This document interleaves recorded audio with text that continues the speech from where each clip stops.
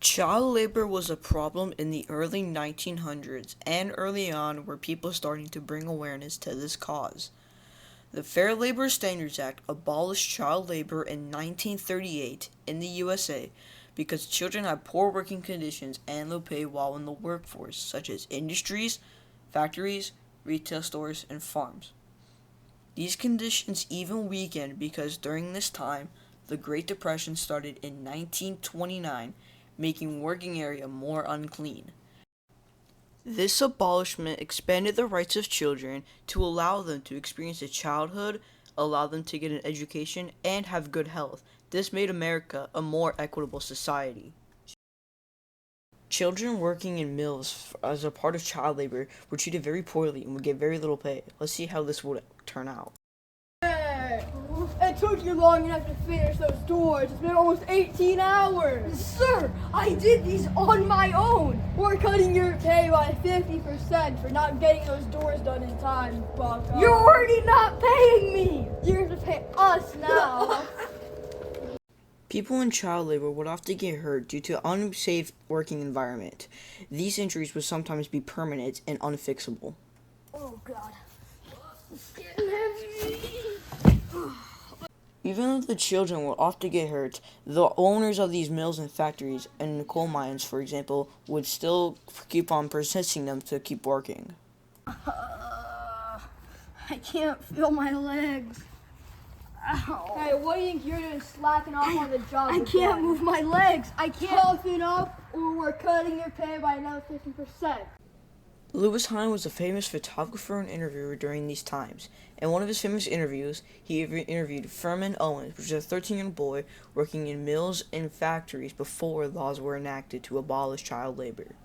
In the interview, Furman Owens stated that he would love to learn how to read and write, but he can't since he has work all the time. Another is from a famous poet called Carl Sandburg, who wrote poems about child labor and the cruel consequences it resulted. In one poem he wrote, he stated, "And the reckless rain, you put them between walls to work, broken and smothered for bread and wages."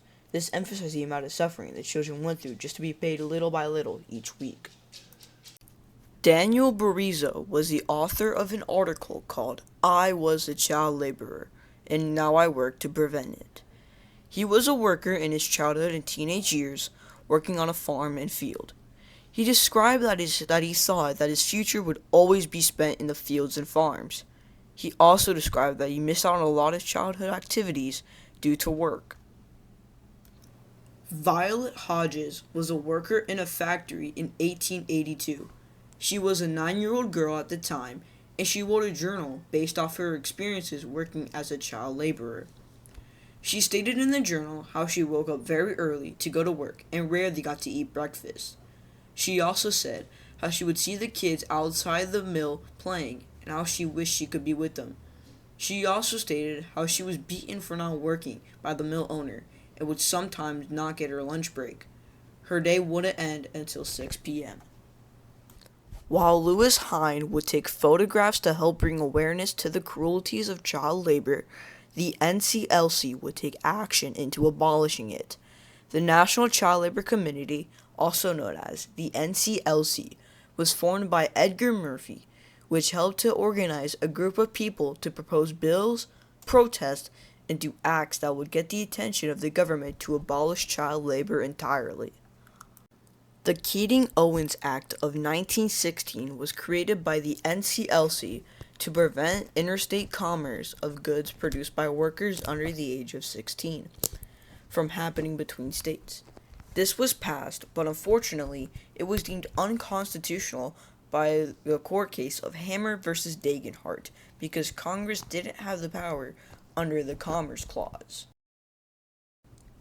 The Child Labor Amendment was almost passed by Congress and was produced by the NCLC that would allow Congress to limit children working under the age of 18. It was later not ratified as it was deemed unconstitutional. However, it almost did get passed, but the Great Depression during these times needed everyone to work for money. Finally, in 1938, the National Child Labor Committee got President Franklin D. Roosevelt to sign the Fair Labor Standards Act of 1938, also known as the FLSA. The federal child labor provisions of the Fair Labor Standards Act of 1938 were enacted to ensure that when young people work, their work is safe and does not jeopardize their health, well-being, or educational opportunities. The FLSA expanded the rights of children by establishing a minimum wage that prevented workers from being underpaid or low pay. This prevented children and workers to do harsh labor only for a few bucks or even cents a week, which could only feed one person alone, let alone an entire family.